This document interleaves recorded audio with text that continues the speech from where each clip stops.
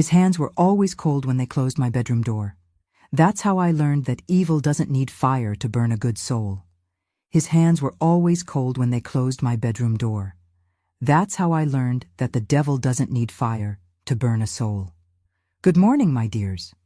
I'm Betty Johnson, 83 years old, with a story I've kept silent about for most of my life. I'm speaking to you from my modest home in Millbrook, a small town in rural Virginia, where the mountains hide as many secrets as people's hearts.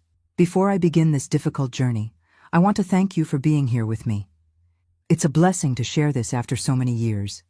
If you could, please leave a comment saying where you're watching from. It warms this old woman's heart to know my words are reaching so many different places. And please subscribe to the channel and hit the like button so others can hear this story too. A story that, unfortunately, remains the reality for many girls across America. I was born in 1940, in a time when children had no voice. We were to be seen, not heard, as my mother used to say. Our house was a simple wooden structure with a dirt floor in the early years, later covered with smooth cement that my father managed to put in with help from the neighbors. We had a humble but dignified life, like many rural families back then. My father worked in the fields, leaving before sunrise and returning after dark. My mother found work as a laundress at the Wilsons' estate. They owned nearly everything around there. She would leave right after him, carrying bundles of laundry in her arms, trudging up and down those red clay hills that turned slippery during the rainy season. I was 7 when my grandfather Jerome came to live with us, my father's father, a man who carried the Bible under his arm and sharp verses on the tip of his tongue. He had become a widower, and as my mother said, a man doesn't know how to take care of himself. So they set up a small room for him at the back of our house, the one that used to be the tool shed. It's a blessing to have Mr. Jerome here, my mother would say. He can watch Betty while we're gone, and he helps with the expenses. At first, it really did seem like a blessing. Grandpa Jerome would tell me Bible stories that fascinated me. David and Goliath, Noah and his ark, Moses parting the sea. He had a way of telling them that made everything seem magical and important. And when he spoke of Jesus, his eyes shone in a way that I thought was true faith. Back then, I would go to school in the morning, leaving with my father and mother, my little notebook under my arm, my patched uniform always clean and pressed. I'd return around 11 o'clock, and Grandpa Jerome would be there waiting with lunch ready, usually beans with rice, and on good days, a sausage or a piece of dried meat. It was gradually that things began to change, so slowly that I hardly noticed when his gaze began to weigh on me like a wet coat. I was 12 when I had to leave school, not by choice. My father had fallen ill, pneumonia that kept him bedridden for weeks, and money became even tighter.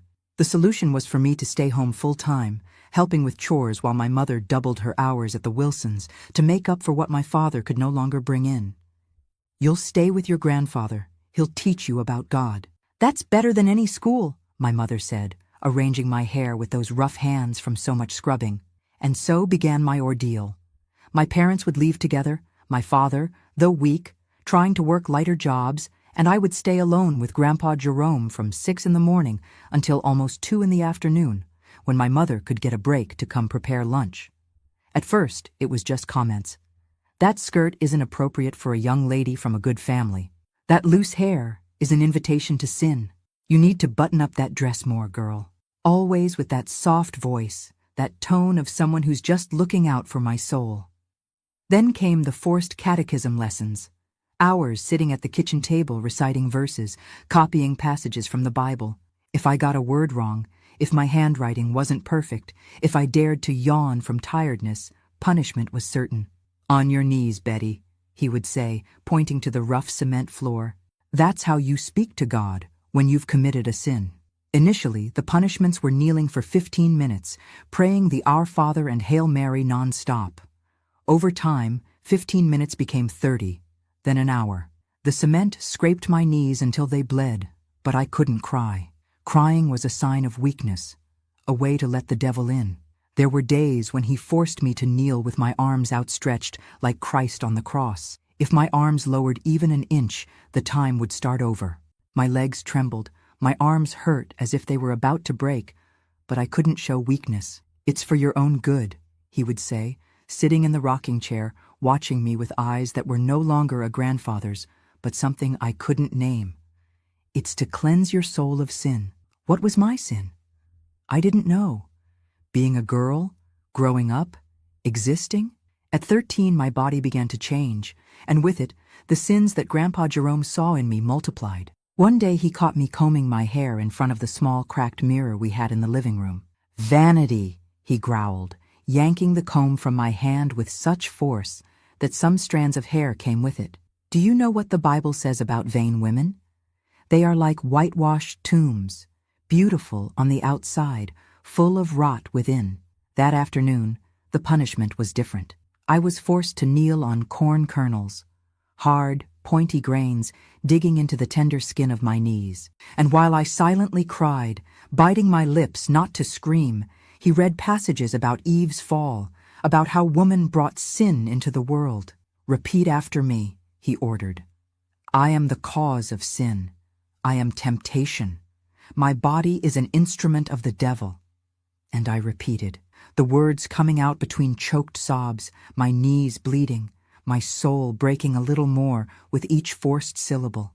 After that day, the rituals became more frequent, more elaborate. He said he saw the devil in me, that he needed to cast it out, that it was his divine mission to save me from myself. When my breasts began to show beneath my blouses, he forced me to wear tight bands to hide them. "Instruments of perdition," he would mutter, his eyes fixed precisely where they shouldn't be.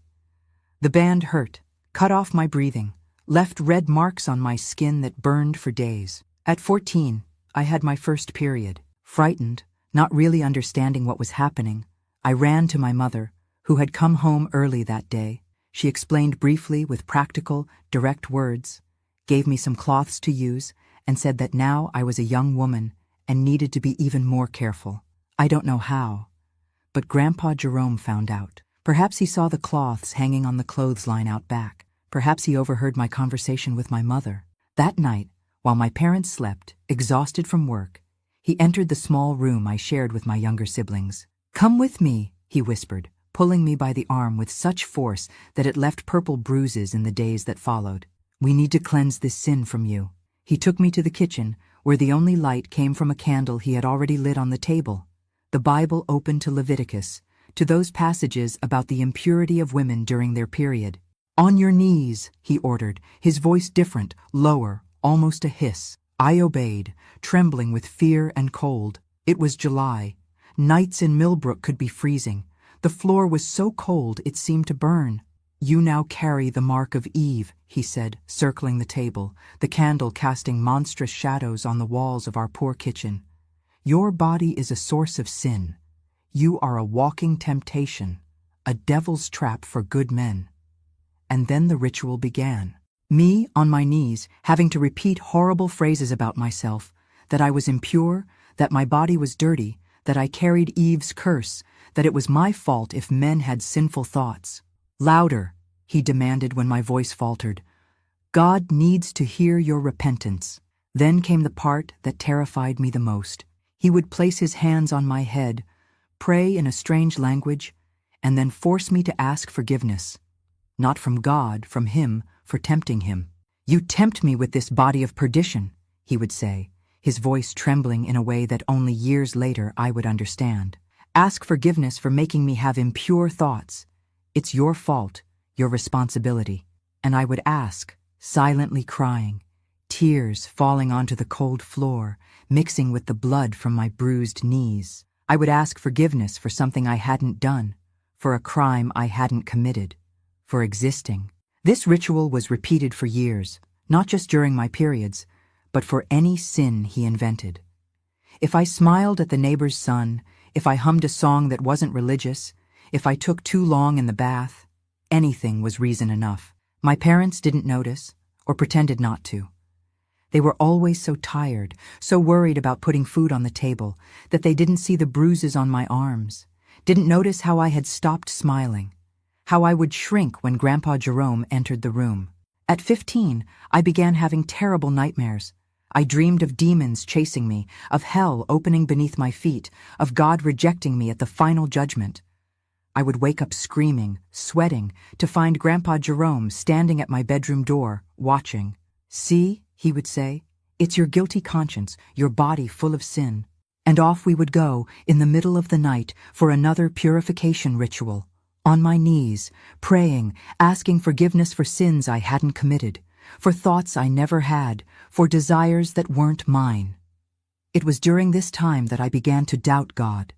What God would allow a girl to suffer like this? What God would let a man use his name to terrorize a child? What God would remain silent in the face of my desperate prayers for help? But I couldn't express these doubts. Doubting was the worst sin, Grandpa Jerome said. Doubting was shaking hands with the devil. So I pretended to believe, pretended to repent, pretended to accept that I deserved those punishments. It was the only way to survive. One night, when I was almost 16, something different happened. Grandpa Jerome woke me in the middle of the night, as he had so many times before, dragged me to the kitchen for another of his rituals. But this time his eyes were different. There was something in them that chilled me to the core. "Today you will learn what happens to girls who provoke men of God," he said, his voice a hoarse whisper that still echoes in my nightmares. That's when I knew the ritual would be different. That the forced prayers, the bleeding knees on the cold floor, the verbal humiliations wouldn't be the end that night. They would just be the beginning. And as I knelt, trembling not just from cold, but from absolute terror, I prayed. Not the mechanical prayers he forced me to repeat, but a true, desperate plea from the depths of my soul. "God," I silently begged, tears streaming down my face, "if you are there, if you are real, save me. Any way you can, just make this stop. My dears, God listens. Not always in the way we expect, not always in the time we desire, but He listens." And that night, when everything seemed lost, when darkness was about to swallow me completely, He answered, in a way that would change my life forever. Kneeling on that cold floor, I could feel every grain of dust cutting into my already raw knees. Scars were forming over scars in layers that time would never completely erase. But that night in 1956, something was different in the air. Grandpa Jerome had a gleam in his eyes I had never seen before. A fire that wasn't from God. It couldn't be. His hands trembled as he held the Bible, that same worn, black-covered Bible he used as both shield and sword. "Repeat after me, Betty." His voice came out broken, almost feverish. "I am a serpent like Eve. I bring perdition to holy men." I repeated the words like a robot, as I had learned to do over the past years. My voice no longer seemed like mine. It was hollow, distant, as if coming from another body. That's how I survived, by separating my soul from what was happening to my body, like watching everything from a distance, floating on the ceiling of that dark kitchen. "Louder!" he shouted, slamming the Bible on the table with such force that the oil lamp trembled, making shadows dance on the walls like demons. "God needs to hear your confession." I raised my volume, but something inside me resisted, a small spark that all that terror hadn't managed to extinguish. 16 years old, and my eyes already carried the weariness of an entire lifetime. On those horrible nights, he had a script that he religiously followed. The irony of that word doesn't escape me. First came the accusations. I was impure, provocative, full of malice. Then the prayers in strange languages, words that seemed to choke in his throat. Finally, the forced confession. I had to admit to crimes I didn't commit, sins I didn't even know how to name. "Do you know what happens to daughters of Eve who don't repent?" he asked, coming so close to me that I could feel his hot, sour breath of old coffee. They burn forever in eternal fire." He picked up the oil lamp, raised it to my face. The flame danced dangerously close to my hair. "Feel that heat. It's just a sample of what awaits you if you don't purify that soul." I closed my eyes, held my breath. I had learned that sometimes it was best not to react. Any reaction could inflame him more, like throwing gasoline on a fire. "Look at me when I'm talking to you," he roared, yanking my chin up forcefully. I opened my eyes, and what I saw froze me inside. It wasn't my grandfather anymore. It was something else, something that lived inside him, something that used religion as a disguise for a darkness deeper than any night. "Now," he whispered, placing the lamp back on the table, "we'll move on to the most important part, the purification." This was the part that terrified me the most. Each time, he invented a new type of purification. Sometimes it was hours on my knees until my legs went completely numb. Other times, it was reciting entire chapters of the Bible without missing a word. Each error meant a slap. I had been forced to take cold baths in the middle of the night to cool sinful thoughts. I had spent entire nights standing in the yard in the rain so that the water from heaven could wash my soul. But that night, something told me it would be worse. Much worse. "Stand up," he ordered. I obeyed, my legs trembling so much they barely supported me. My knees were raw, staining the hem of my white cotton nightgown red. "Do you know why we're here tonight?" he asked, circling me like a predator. "Because I saw you today. I saw how you looked at Tommy when he passed by with the hay wagon. I saw the smile. I saw the sin in your eyes." Tommy was Mr. Anderson's youngest son, our neighbor. He was 20, and yes, we had exchanged an innocent smile when he passed by our house that afternoon. A smile, nothing more. In a normal world, it would be nothing. In the world controlled by my grandfather, it was a sentence. "I didn't do anything wrong," I murmured, and immediately knew I had made a terrible mistake. His hand hit my face with such force that I staggered backward, almost falling. The metallic taste of blood filled my mouth where my teeth had cut the inside of my cheek. "Are you calling me a liar?" he growled. "Are you saying the man of God is wrong?" "No, no," I hastened to say, fear taking over every cell in my body. "I'm sorry. You're right. I sinned." His face softened a bit, satisfied with my submission. That's how it worked. Any resistance only made things worse. I had learned the art of bending without breaking, of yielding without completely losing myself. "Good," he said. "Now we're going to cleanse that sin. Today we'll do something different." He went to the kitchen cabinet, that old one made of cracked wood that held our few dishes and supplies. He opened the bottom drawer and took out something I couldn't immediately identify in the dim light. When he turned around, I saw it was a large, heavy pair of scissors, the kind used to cut fabric. "Your hair," he said, approaching. "It's your vanity, your instrument of seduction. We're going to end that." My hair was the only thing I took pride in. Black, thick, long to my waist. My mother always said it was just like my paternal grandmother's when she was young, before she died of a heart attack. It was the only physical connection I had with this grandmother I never knew. The only physical inheritance I received from her. "Please," I begged, tears instantly springing forth. "Please, no." "On your knees," he ordered, ignoring my plea. "And thank God for this act of purification." I knelt again on that unforgiving floor, my whole body trembling. He positioned himself behind me, and I closed my eyes, feeling the hot tears flowing down my face, contrasting with the cold I felt inside. The sound of the scissors cutting the first strands was like a scream in the silent night. Each cut, each lock falling to the floor, was like losing a piece of myself. It wasn't just hair. It was dignity, identity, the last thing that was truly mine. "Repeat after me," he said between cuts.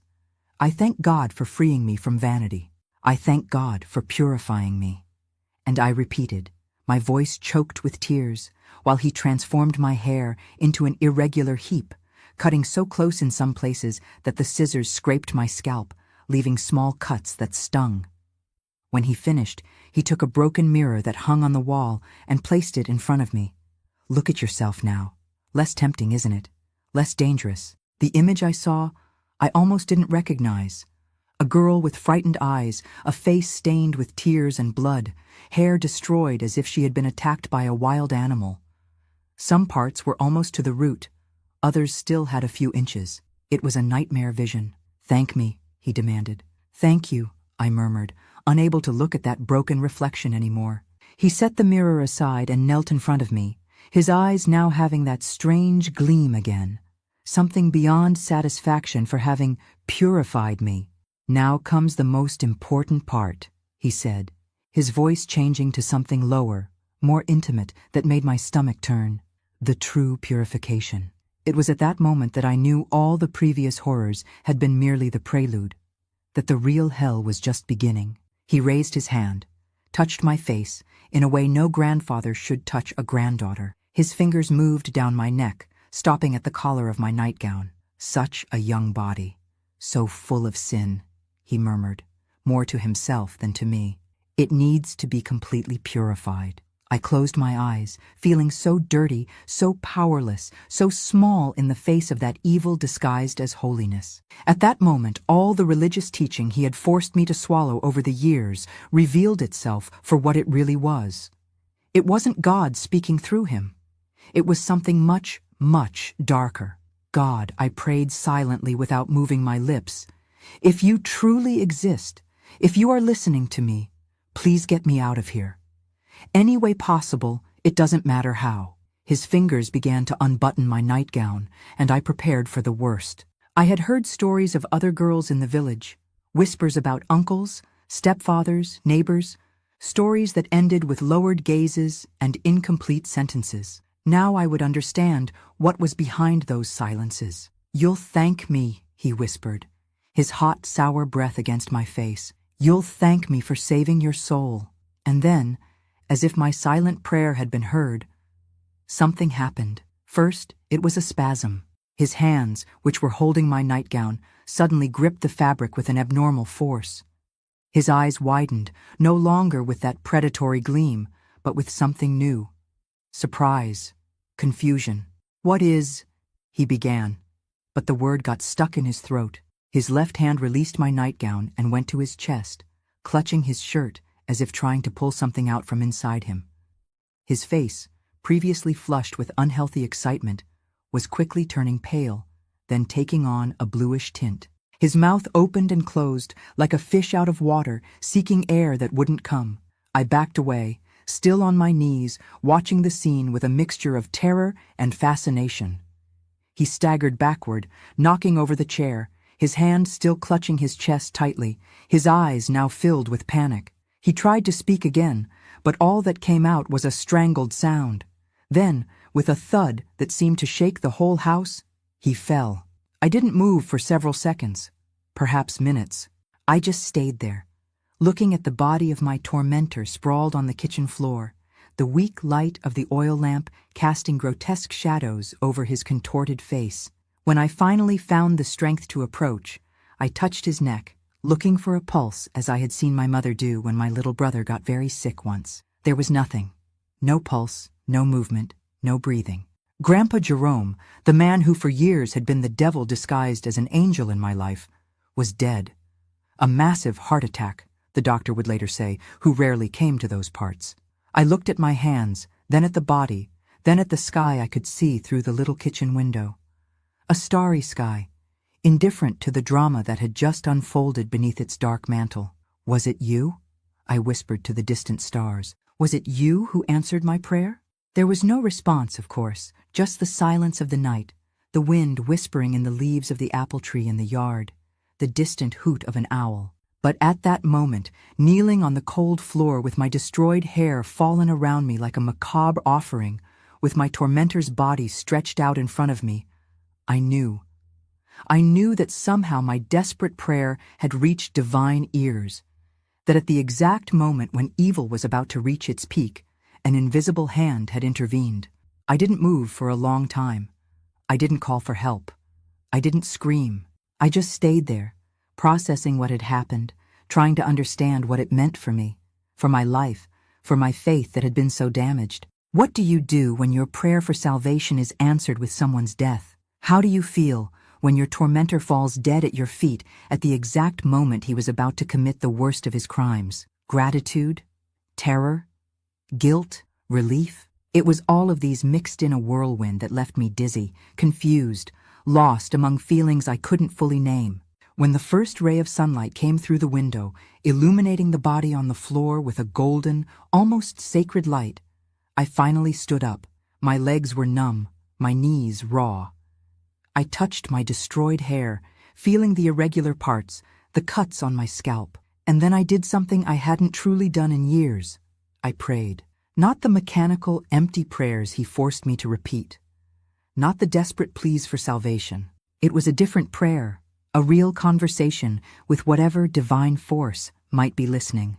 "I don't know if it was you who did this," I whispered, looking at the body on the floor. I don't know if I should thank you or ask forgiveness. I don't know what this makes me, but if it was you, thank you. And please show me the way now, because I am lost." Then I went out to the yard, to the fresh morning air, leaving behind the cold body and the darkness of the kitchen. The sun was rising over the Blue Ridge Mountains, tinting the world gold and pink as if nothing had happened, as if the night hadn't brought death and liberation in the same terrible package. I sat on the old log we used as a bench under the apple tree and waited for my parents to return from work, waited for life to decide what it would do with me now. And as I waited, something strange happened inside me, a sensation I didn't immediately recognize because it had been stolen from me so long ago. Peace. A fragile, uncertain peace, mixed with guilt and confusion, but still peace. For the first time in years, there wasn't a monster waiting in the shadows. There would be no more nights on my knees on the cold floor. There would be no more humiliation rituals. There would be no more of those eyes following me around the house, measuring every movement, looking for sins in every gesture. I was free, and as the sun rose in the sky, bathing my face marked by the tears and terror of the previous night, something else was born within me, as fragile as a sprout after a long drought, but equally persistent. Hope. The hope that perhaps God really did exist, not the cruel and vengeful God of Grandpa Jerome, but something different, something that had heard the silent cry of a terrified girl and had answered in the only way possible at that moment. It was a beginning, a bloody, traumatic beginning marked by horror, but still a beginning. The first day of a life that, although I didn't know it yet, would be long enough to find healing, peace, and eventually even forgiveness. My grandfather's body lay stretched out on that kitchen floor for almost 2 hours before my parents arrived. 2 hours in which I didn't cry, didn't scream, just sat in the yard watching the sun rise in the sky as if it were any ordinary day. I heard my mother's scream before I even saw her, a scream that tore through the morning silence like lightning, followed by my father's hurried footsteps. I didn't move. I knew they needed to find me on their own, needed to piece together that macabre puzzle. "Betty! Betty!" My mother's voice was pure panic as she ran through the yard. When she saw me sitting under the apple tree, she stopped abruptly. Her eyes took in my destroyed hair, my nightgown stained with blood from my knees, my face swollen from the slap. "My God, child, what happened? Your grandfather—" "He's dead." "Yes," I completed, with a voice that didn't seem like mine, a voice too calm, too distant. "He had an attack during the night." My father appeared right behind her, his face a mask of shock and confusion. "What did you do, Betty? What did you do to my father?" The accusation hit me like a slap, but no harder than the ones I had already received. I didn't defend myself. I just looked at him with those same empty eyes I had developed as protection. I didn't do anything. It was his heart. "Doctor, Matthews can confirm when he comes." My father advanced, his fists clenched, his face contorted in a mixture of pain and anger. For a moment, I thought he was going to hit me, continue where his father had left off. But my mother stepped in front of him. "Look at her, George. Look at the state of her. What did that old man do to our daughter?"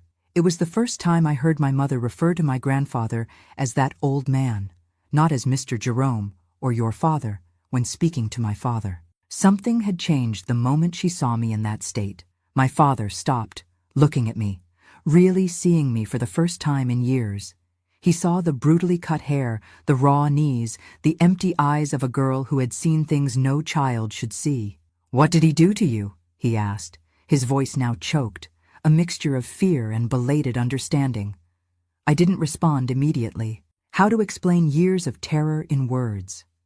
How to describe the nights on my knees on the cold floor, the humiliations, the forced prayers, the constant fear? How to make him understand what his own father had become? "He purified me," I finally said, the word coming out like poison from my mouth. Every night, for years, my father staggered as if he had been punched. He leaned against the trunk of the apple tree, his face pale, his eyes wide. My mother knelt in front of me, taking my hands in hers. "What kind of purification, child?" she asked, though I could see in her eyes that she already suspected the answer. "On my knees," I responded, my gaze fixed on some point beyond her, beyond that yard, beyond that life. He made me kneel for hours, forced me to pray, to repent for sins he invented. He said I was impure, that I tempted him, that it was my fault. My voice faltered for the first time. The tears that hadn't come all night and morning finally overflowed. My mother pulled me into her arms, holding me against her chest, her own body shaking with sobs. My baby girl, why didn't you ever say anything? Why did you keep all this to yourself? I pulled away a little, looking directly into her eyes. Would you have believed me? Would you have believed the word of a girl against that of the great man of God? She didn't respond, and her silence was answer enough. No, they wouldn't have believed me. They would have thought I was exaggerating, making up stories, being rebellious. They would have punished me for speaking ill of old Jerome, the respected patriarch, the man who carried the Bible under his arm. My father still hadn't moved. He seemed petrified, leaning against the apple tree, his eyes going from my destroyed hair to the house where his father's body lay in the kitchen. "What happened last night?" he finally asked, his voice barely more than a whisper. "What happened to him? To his heart?" I closed my eyes for a moment, reliving the scene, his fingers on the buttons of my nightgown, the sick gleam in his eyes, the sudden spasm, the hand clutching his chest, the body falling with a dull thud. He was going to do something worse, I responded simply, something he had never done before. And then he fell, as if an invisible hand had struck his heart. My mother made the sign of the cross, murmuring a prayer. My father covered his face with his hands, his broad shoulders shaking in silent crying. The next hours passed as if in a strange dream. Dr. Matthews came, confirmed what I already knew. Massive heart attack. There were no marks of violence on the body besides some scratches on the hands, easily explained by the fall.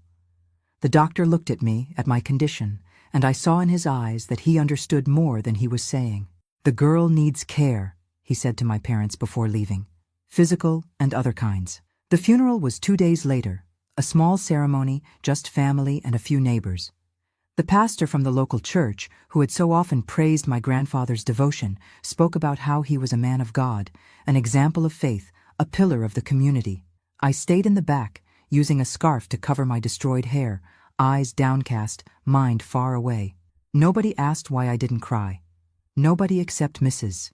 Celestine, the midwife of the village, an elderly woman who had brought almost all the children of that region into the world, including me.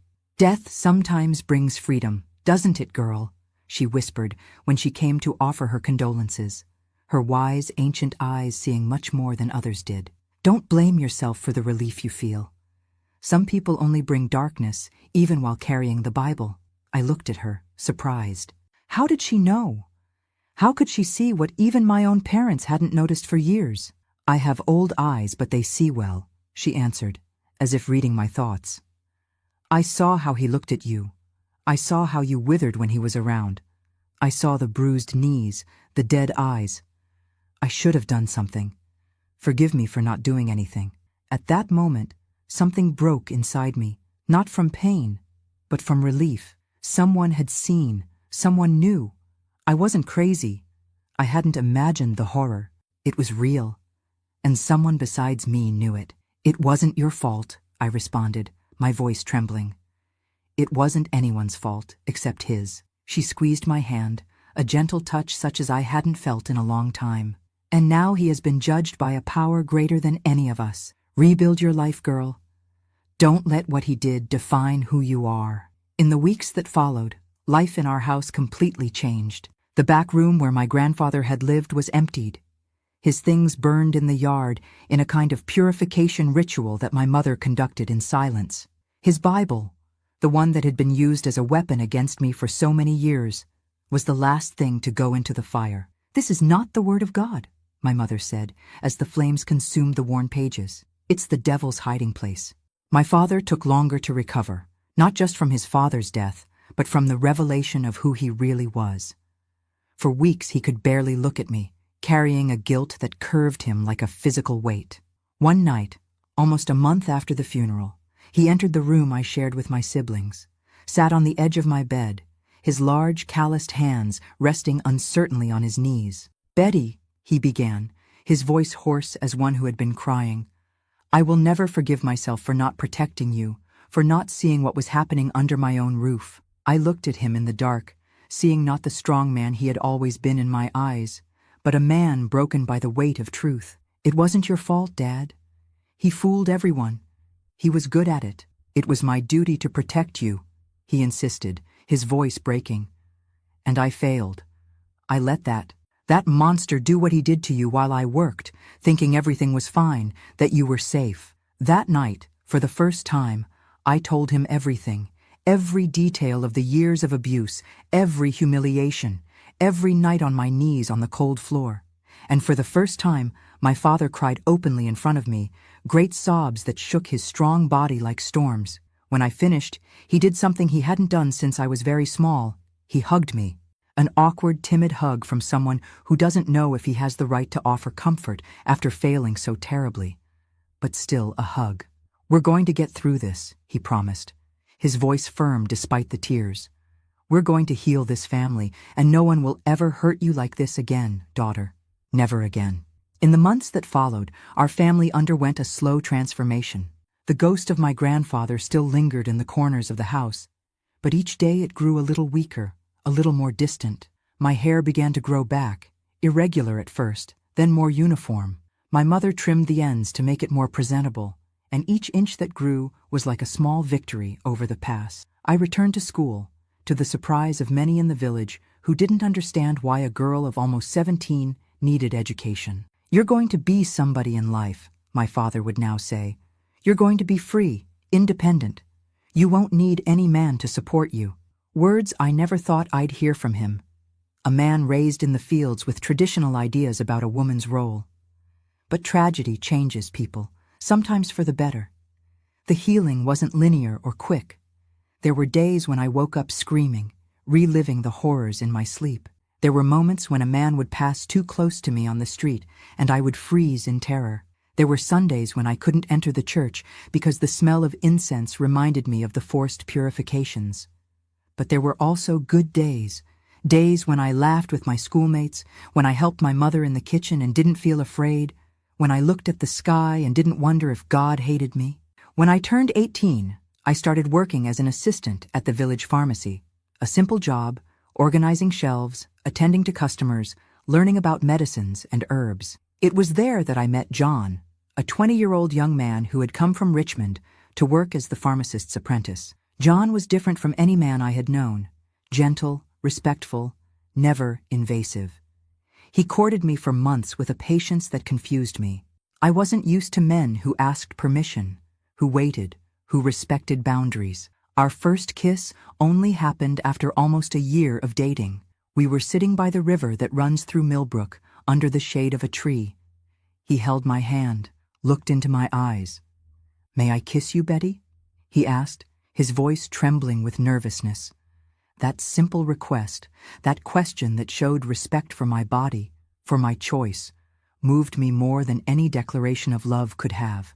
I nodded, unable to speak, and when his lips touched mine, soft and hesitant, I didn't feel fear. For the first time, a masculine touch didn't cause me terror. John didn't know everything, not yet. He only knew that I had lost my grandfather tragically, that I had gone through difficult times. The complete story would only come years later, when the trust between us was deep enough. We married in 1962, when I was 22 and he was 24, a simple ceremony in the local church. Yes, I had returned to attending church, albeit in a different way, more personal, less ritualistic. I discovered that my faith hadn't been destroyed by my grandfather, only buried, waiting for the right moment to resurface, purified by the fire of trial. On our wedding night, John noticed my terror. How could he not? I trembled like a leaf in the wind when we were alone in the small room we had rented. "We won't do anything you don't want," he said, sitting at a safe distance on the edge of the bed. "We can just sleep if you prefer. We have our whole lives ahead of us." That night we just slept, embraced, dressed, and the next night too, and the next. John never pressured, never demanded, never made me feel less for not being able to. It was only in our 3rd month of marriage that I felt ready to try, and even then it was difficult, it was painful, not physically, but emotionally. The memories mixed with the present. The shadow of my grandfather sometimes hovered over us like a stubborn ghost, but John had infinite patience. He stopped the instant I asked, always asked, before touching me in a new way, kept the lights on so I could see it was him, always him, never the monster from my nightmares.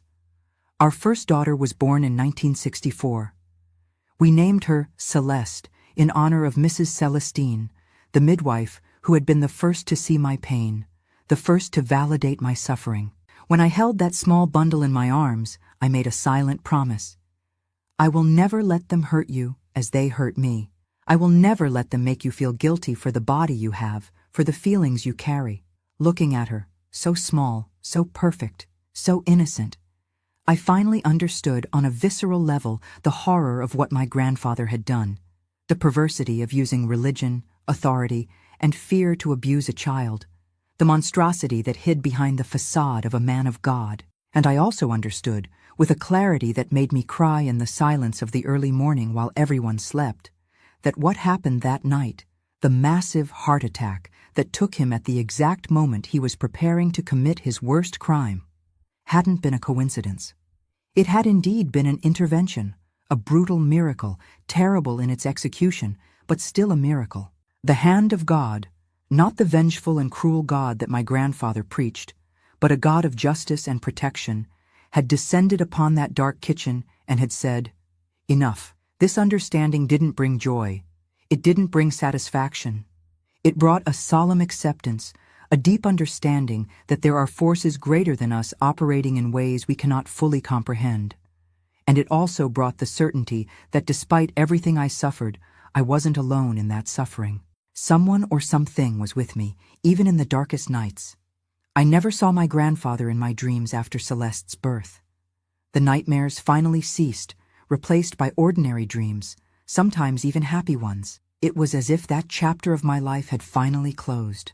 The last page turned.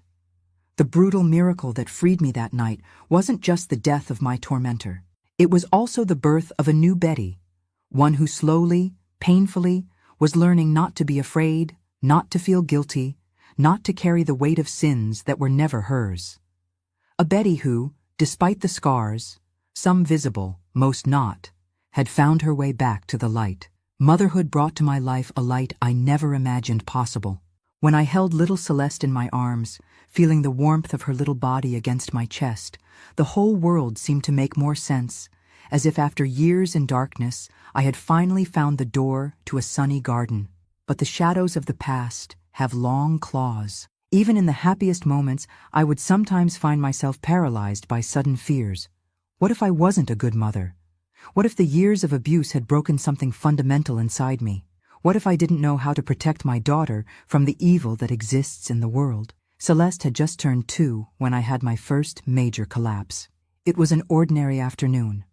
I was hanging clothes on the clothesline in the yard while she played with a rag doll. Suddenly, without warning, a wave of memories hit me with such force that my knees gave way. I fell sitting on the ground, my hands trembling, cold sweat running down my face, unable to breathe. They were fragments of the night my grandfather died.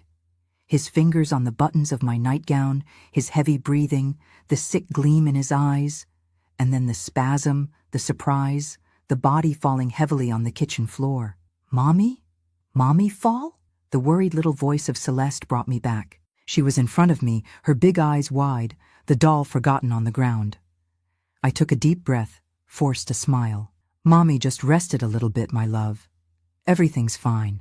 But nothing was fine. The relief I felt at my grandfather's death, that deep, visceral, immediate relief, was eating me from inside like acid. What kind of person feels relief when someone dies? What kind of Christian thanks God for taking a life, even if it's the life of her tormentor? These questions haunted me on sleepless nights. While John and Celeste slept peacefully beside me, I would look at the dark ceiling, feeling the weight of guilt crushing my chest. Not guilt for what had happened.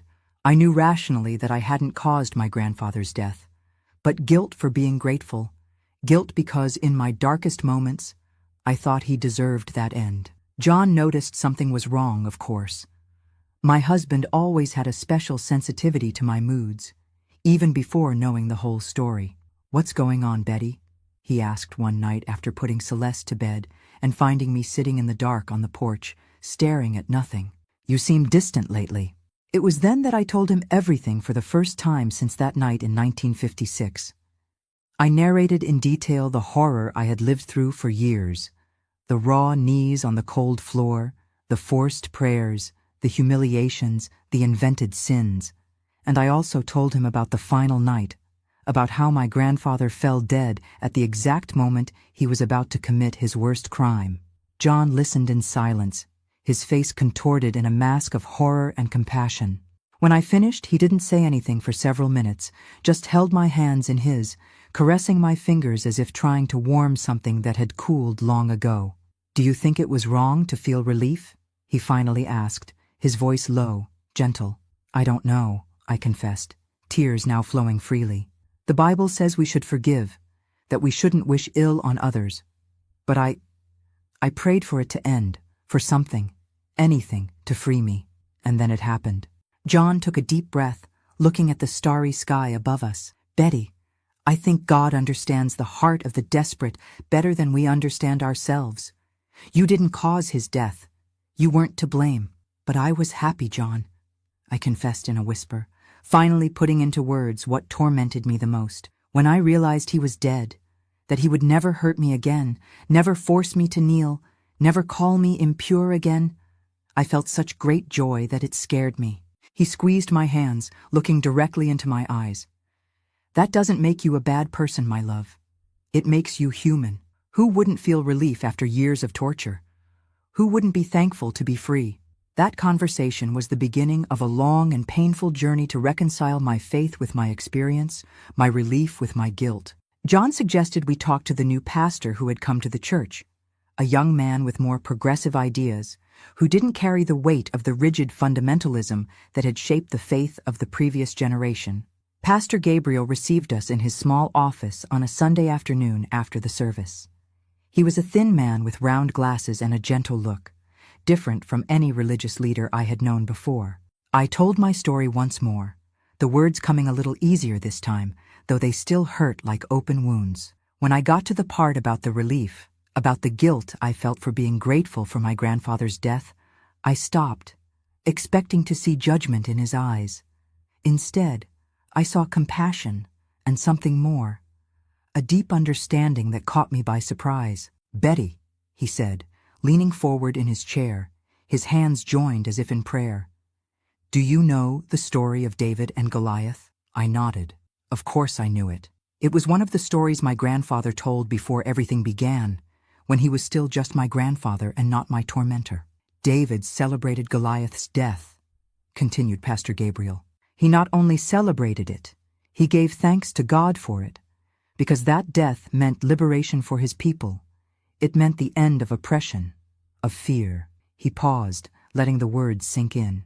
"The Bible is full of stories where divine intervention results in the death of oppressors. What happened that night in your kitchen, some would call coincidence, others divine justice. I prefer to think it was God's hand protecting one of his most vulnerable daughters at the moment when she needed it most." Something inside me loosened with those words. A knot I had carried for years began to slowly, painfully unravel. It wasn't an instant cure. Nothing in real life works that way. It was the beginning of a process, the first step of a long and difficult climb back to the light. In the months that followed that conversation, I began to do something I had never done before: study the Bible on my own. Not the selected passages from my grandfather to make me feel dirty and guilty, but the book as a whole, with its contradictions, its beauties, its stories of fall and redemption. I found comfort in characters who weren't perfect: David, who committed adultery; Moses, who killed a man; Peter, who denied Christ; flawed, human people who were still loved and used by God. And I found a passage that would become my anchor in moments of doubt. Romans 8:28. "And we know that in all things God works for the good of those who love him, who have been called according to his purpose." All things, even the terrible ones, even those we don't fully understand, even those that leave us with conflicting feelings of relief and guilt. In 1966, our second child was born. Gabriel, yes, in honor of the pastor who had been an instrument of so much healing in my life. A boy with bright eyes and an easy smile, so different from the grandfather whose name we never mentioned at home.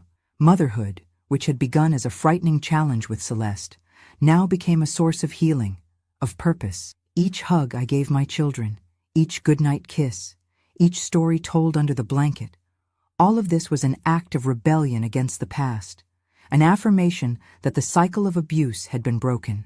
With John, we built a family based on respect, on genuine love, on faith that liberates instead of religion that imprisons.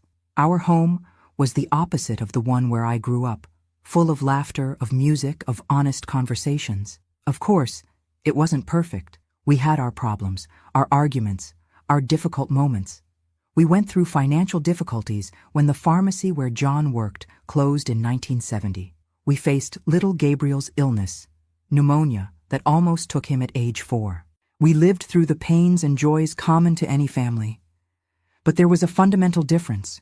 We faced everything together, as partners, as equals. There was no fear between us, no constant feeling of walking on eggshells, waiting for the next explosion. There were just imperfect people trying to do the best they could for each other. In 1975, at 35, I did something I had never imagined possible. I went back to school, an evening course to complete high school, attended mainly by young people who worked during the day. I was easily the oldest in the class, except for the math teacher. "It's never too late to start over," he said when he saw me hesitant at the classroom door on the first day. Knowledge has no age. It was difficult at first. My brain seemed rusty after so many years away from books. But there was a hunger inside me, a thirst for learning that not even the years of abuse had been able to completely extinguish. John would take care of the children on the nights I went to school. Celeste, at 11, already helped with her 9-year-old brother, proud to be the woman of the house while Mommy studied. "I want to be smart like you when I grow up," she told me one night as she watched me do my homework at the kitchen table. "I want to study and be someone important." Those words hit me like a ray of light. That was it. That was exactly why I was there, breaking all expectations, all the molds that society had for a woman of my age, of my background. It wasn't just for me. It was for Celeste, to show her that a woman could be more than a wife and mother, that she could dream, learn, grow, no matter what she had been through, no matter how many years she had. When I graduated in 1977, my whole family was there. John, Celeste, Gabriel, and even my elderly parents, proud in a way I had never seen before, especially my father, who cried openly when I received my diploma. He, who had never had the opportunity to study beyond elementary school, who had spent his life working in the fields to support the family. "You did it, daughter," he said, hugging me tightly after the ceremony. "You did what no one in our family ever did." It was a moment of culmination, of achievement, but also of forgiveness, not for my grandfather, whose acts were unforgivable, but for my father, who hadn't been able to protect me, and for myself, for all the years I had believed the lies, when I had felt dirty, guilty, impure. That diploma represented more than formal education. It represented freedom, self-determination, the ability to rewrite my own story. The following year, I got a job as an administrative assistant at the Millbrook Town Hall. A simple job, but one that gave me financial independence for the first time in my life. My first paycheck was a revelation, money I had earned with my own effort, my own ability. "What are you going to do with it?" John asked when I brought the envelope home, his eyes shining with pride. I thought for a moment, savoring the feeling of choice, of power. "I'm going to save half for the children's education, and with the other half I'm going to buy books. Lots of books." And so I did. Our house, which had always been simple but welcoming, began to accumulate improvised shelves full of books of all kinds: history, literature, science, philosophy, classics and contemporaries, novels and essays. I read voraciously, like someone trying to recover lost time, and encouraged my children to do the same. "Knowledge is the only thing no one can take from you," I always said. "You can lose everything in life, but what's in here," and I would point to my head, "goes with you wherever you go." Celeste followed in my footsteps, becoming an avid reader. Gabriel preferred sports, but still developed the habit of reading at least a little every night before bed. Our house became an environment of constant learning, of stimulating discussions, of intellectual growth. It was during this time, in the late 70s, that I finally made peace with the past, not in the sense of forgiving the unforgivable, but of accepting that what had happened was part of my story, not the whole story. That the horror of those years had shaped me, yes, but didn't completely define me. On a particularly significant afternoon, I visited the cemetery where my grandfather was buried. I hadn't been there since the funeral, more than 20 years before. The grave was abandoned, covered with weeds, the simple headstone almost illegible under the moss. I didn't feel anger looking at that forgotten grave. I didn't feel fear or hatred or even that corrosive guilt that had accompanied me for so long. I just felt peace, a surprising, unexpected peace, like cool water after a long walk in the desert. "You didn't win," I said in a low voice to the wind, to the trees, to the past. "You tried to destroy me, but I'm here, whole, alive, loved. You turned to dust, and I blossomed." At that moment, I finally understood that the relief I felt at his death wasn't sin. It was survival. It was my spirit clinging to life, choosing light instead of darkness. And if God had intervened that night, as I deeply believed he had, then my relief was just the echo of divine justice itself. I left the cemetery feeling lighter than I had in decades, as if I had finally put down a burden I had carried for so long it had become part of my own body. I returned home, to my family, to the books, to the life I had built from the ashes of that terrible night. An imperfect life, with its ups and downs, its pains and joys, but a life of my own, chosen, not imposed. A life of possibilities, not limitations. The relief and guilt that for so long had battled inside me finally found a balance, not through forgetting, I never forgot, never could, but through acceptance, through the understanding that contradictory feelings can coexist, that we can carry multiple truths at the same time. I could feel relief at my tormentor's death and still be a good person. I could thank God for the intervention that saved me and still be a genuine Christian. I could remember the horror and still choose joy, life, love. And so step by step, day after day, I rebuilt not just my life, but my relationship with the divine. A relationship based not on fear, guilt, or punishment, but on love, grace, acceptance. A God who didn't demand perfection from me, just honesty, who didn't want me on my knees on the cold floor, but standing strong, looking to the future with hope. A God who, on that terrible night in 1956, had heard the desperate cry of a terrified girl and had answered in the only way possible at that moment, with a brutal miracle, terrible in its execution, but perfect in its timing. An intervention that, seen through the lenses of time and maturity, revealed itself as what it really was, love in its purest, fiercest, most protective form. And for this, I could finally say, without guilt, without fear, with the quiet certainty of one who has found the truth in the depths of her own soul, "Thank you, Lord, for everything, even for what I didn't understand at the time, even for what seemed terrible to me, even for the brutal miracle that freed me and allowed me to be here today, telling this story." The 80s arrived, bringing winds of change to America and also to my life. Celeste, my firstborn, was preparing to apply for college, dreaming of law school.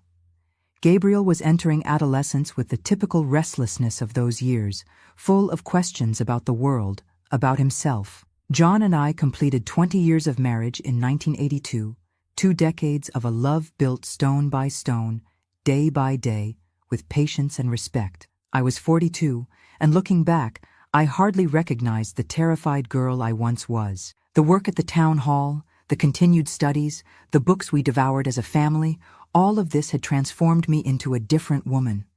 Not perfect, not without scars, but whole in a way I didn't think possible for a long time.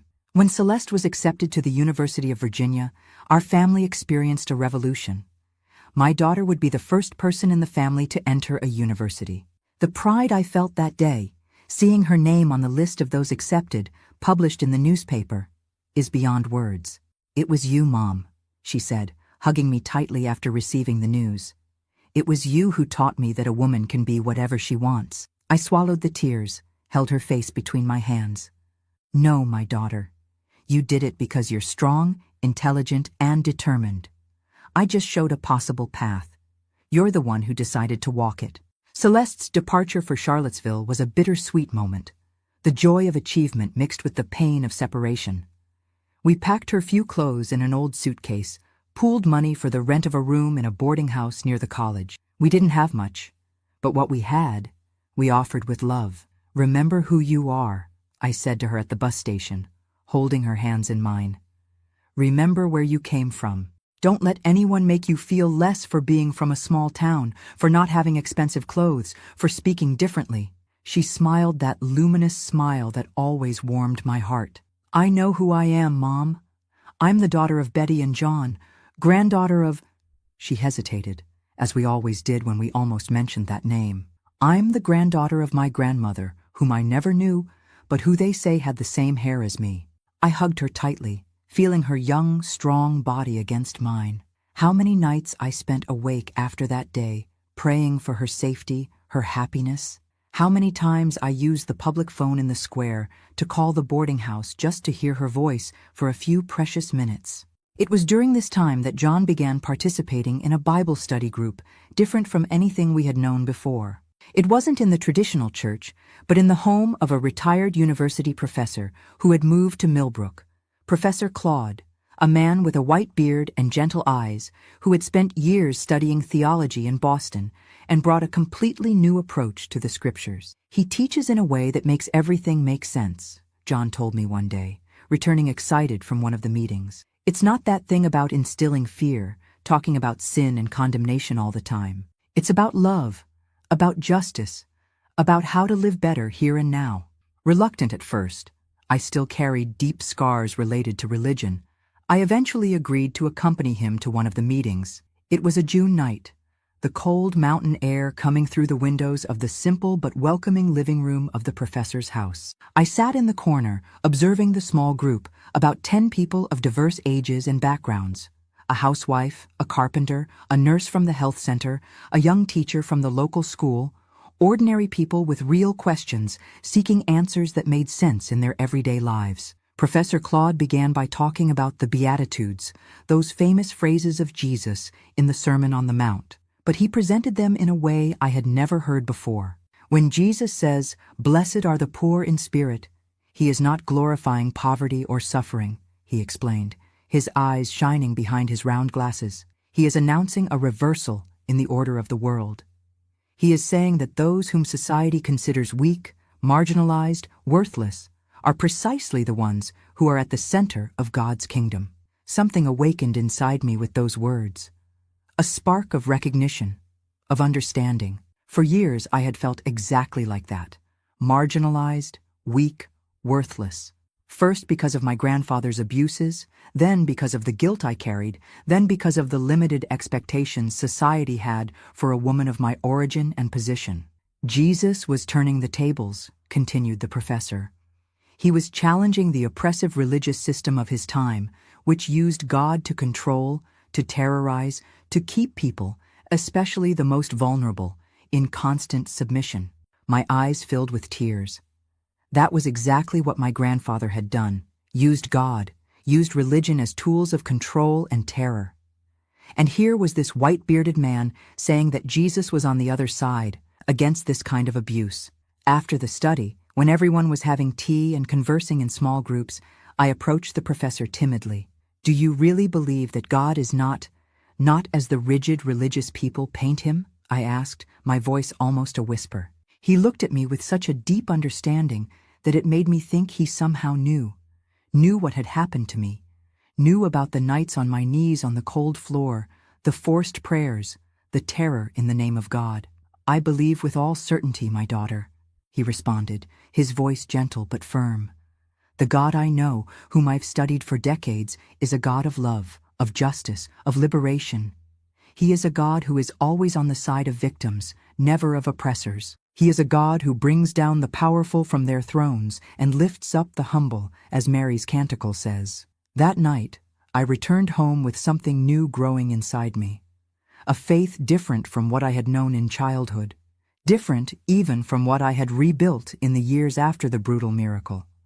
A more mature, more conscious, more liberating faith. I began attending the weekly studies, absorbing every word, every new perspective. I learned about liberation theology, about how the scriptures could be read from the perspective of the oppressed. I learned that Jesus was more concerned with social justice than with religious rituals, more interested in genuine love than in blind obedience. It was as if a light had been lit in a room that had remained in shadow for my entire life. Not only could I reconcile my faith with my experience, I could see that my own journey of liberation was deeply aligned with the central message of the gospel. In 1985, something unexpected happened. Professor Claude, already with his health debilitated by advanced age, called me for a private conversation. "Betty," he said, sitting in his rocking chair, an open book in his lap, "I want you to take over leadership of the study group when I no longer can." I was paralyzed with shock. Me, a woman with no formal theological training, with only a high school diploma completed late, leading a Bible study group. "But Professor, I don't have the preparation for this," I protested. "I didn't study in seminary. I don't know Greek or Hebrew." He smiled that smile that radiated wisdom and kindness. "Neither did the disciples, my daughter. They were fishermen, tax collectors, ordinary people. What you have is much more valuable than academic titles. You have life experience, you have a thirst for knowledge, you have a heart that has known suffering and yet has chosen love." I swallowed hard, unable to respond immediately. It was such a great vote of confidence, such a serious responsibility. "Besides," he added with a twinkle in his eyes, "you read more than anyone I know. I doubt anyone in the group has devoured as many theology books as you have in recent years." It was true. Since I began attending the studies, I had immersed myself in books the professor lent me. Contemporary theologians who wrote about a God of love and justice, scholars who analyzed the scriptures in their original historical context, thinkers who questioned traditional interpretations that had been used to oppress and control. "Think about it," he said, taking my hand. "You don't need to answer now, but know that you have a special calling, Betty. Your story, your journey isn't just for you. It's to be shared, to help others who are trapped in the same religious snares that almost destroyed you." I left that conversation trembling, not with fear, but with an emotion I couldn't fully name. Could it be possible? Could I, who had been so brutally silenced in the name of religion, now use my voice to liberate others? I talked to John that night, lying in our simple bed, the old fan lazily turning on the ceiling. "You should accept," he said without hesitation. "You have so much to offer, Betty. Your strength, your wisdom, your faith that survived the worst kind of abuse." I accepted the proposal the following week. Professor Claude began training me, passing on his knowledge, his books, his notes accumulated over decades of study.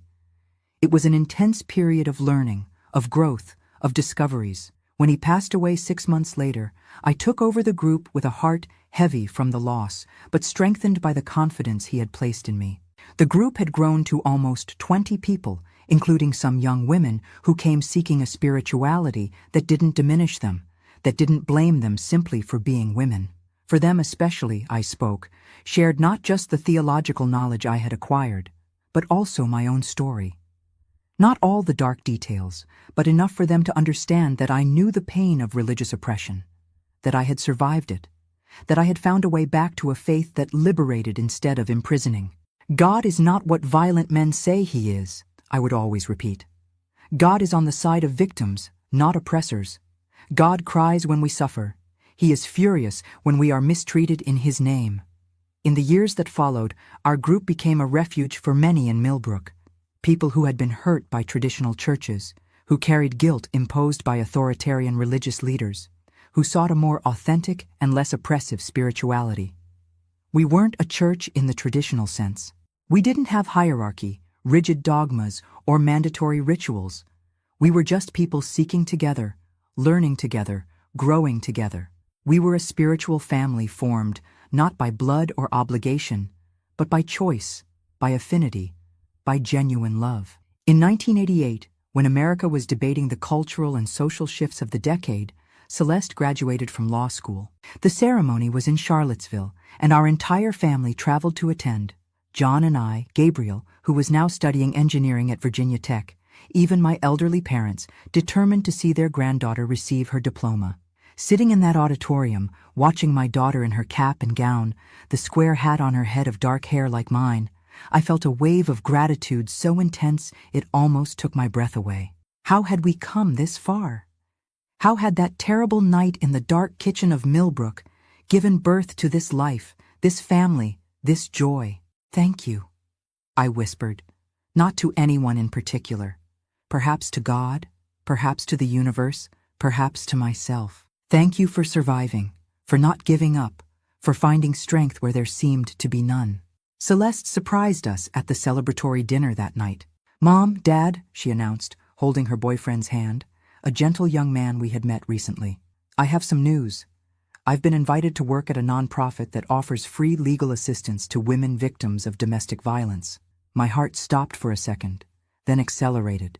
"Daughter, that's wonderful." She smiled that luminous smile that had been her trademark since childhood. "It was you who inspired me, Mom. Your stories, even the ones you told halfway, with careful words. I always knew there was something more there. Something you protected us from, to not hurt us." My eyes filled with tears. I had never told the complete details to my children. I didn't want them to carry the weight of my past. But children are intuitive. They perceive more than we show. "I want to do for others what you did for yourself," she continued, her eyes shining with determination. "I want to help women find their voice, their strength, their way back to the light after darkness." At that moment, I felt the circle closing somehow, that the suffering I had experienced hadn't been in vain, that it had transformed into something greater, something more significant, a mission that would now continue through my daughter. The 90s arrived with even greater changes. Gabriel graduated, married a charming girl from Richmond. Celeste developed nationally recognized work in defending women victims of violence. John and I, now in our 50s, continued our work in Millbrook, he as the manager of the new pharmacy that had opened in town, I dividing my time between the job at the town hall and the study group that had grown even larger. In 1997, at 57, I did something that even in my boldest dreams I hadn't imagined. I published a book. It wasn't with a major publisher, just a small printing press in Roanoke, but still, it was a book with my name on the cover. Faith Beyond Fear, Finding God After Trauma, an account of my spiritual journey without the explicit details of the abuse, but with all the emotional truth of my experience. The book circulated mainly in progressive religious groups, in NGOs that worked with victims of violence, in small alternative faith communities that sought a more authentic spirituality. I didn't get rich or famous, but I received letters, dozens of them, from women who identified with my story, who found hope in my words, who began their own healing journey after reading my account. One of those letters particularly marked me deeply. It was from a 78-year-old woman from a small town in West Virginia. "Dear Betty," she wrote in a trembling handwriting, "your book came into my hands through my granddaughter who works at an NGO. I never thought that at my age I would find words that explained what I experienced as a girl. I too was abused by a man who used the Bible as shield and sword. I too carried guilt for decades. I too had to rebuild my faith from the ashes. Thank you for showing me I'm not alone, that I never was. Thank you for giving me words for feelings I've carried in silence my entire life." I cried reading that letter. I cried for that lady, for myself, for all the girls and women who went through similar experiences. I cried from sadness for the shared suffering, but also from gratitude for the solidarity found, for the healing possible, for the strength we discovered in ourselves and in each other. When the new millennium arrived, John and I were already retired. Our children had their own families, their own homes, their own lives. We were grandparents to 5 wonderful grandchildren who filled our house with laughter during vacations and holidays. Our life had become more tranquil, more contemplative. I still coordinated the study group, now with the help of younger people who had joined us over the years. I still received letters from readers of my book, which continued circulating in small circles, passing from hand to hand like a precious secret. In 2006, I turned 66. Half a century had passed since that terrible night in the dark kitchen, when a brutal miracle changed the course of my life forever. Half a century of struggle, of reconstruction, of learning, of growth. That year, I made a personal pilgrimage. I returned to the house where I grew up, where I suffered, where I was liberated in such a dramatic way. The house had passed through many hands after my parents passed away. Now it belonged to a young family with small children. I didn't go in. I just stood on the sidewalk looking at the windows, at the door, at the roof that had been renovated, at the garden that now had swings and colorful toys. "What is it, my love?" John asked, holding my hand as we observed the house. "I'm thinking about how places change, how they transform. This house, which was the scene of so much horror, is now full of children's laughter, of new life." He squeezed my hand, perfectly understanding what I meant. "Like you, Betty, like all of us, if we give ourselves the chance, capable of transformation, of renewal, of starting over." I looked at him, at this man who had been my companion for more than 4 decades, who had loved me with patience, with respect, with constancy, who had believed in my strength when I myself doubted, who had walked beside me on the journey of reconstruction, without rushing, without judgment. "You know what surprises me the most?" I asked, as we slowly moved away from the house, back to the present, to the future. "It's not that I survived. It's that I found joy, true joy, not just the absence of pain. It's that I built a life worth living, not just enduring." He smiled that smile that, even after so many years, still made my heart beat a little faster. "You were always stronger than you think, Betty. You always had this light inside you, even in the darkest moments." Perhaps he was right. Perhaps even in those nights of terror, on my knees on the cold floor, repeating words that weren't mine, there already existed in me the seed of what I would become. The woman who survived, who rebuilt, who blossomed. Now, at 83, I look back and see a long, winding, sometimes steep path, but one that brought me exactly where I need to be. I see not just the horror of the first chapters, but all the beauty that came after, the love found, the family built, the faith rediscovered, the voice recovered. I share this story not to cause horror, nor to seek pity, but because I believe in the power of testimonies. I believe that our stories, especially the most difficult ones, can be beacons for others who are still lost in darkness. If you're watching this video and identify with any part of my journey, know that you're not alone.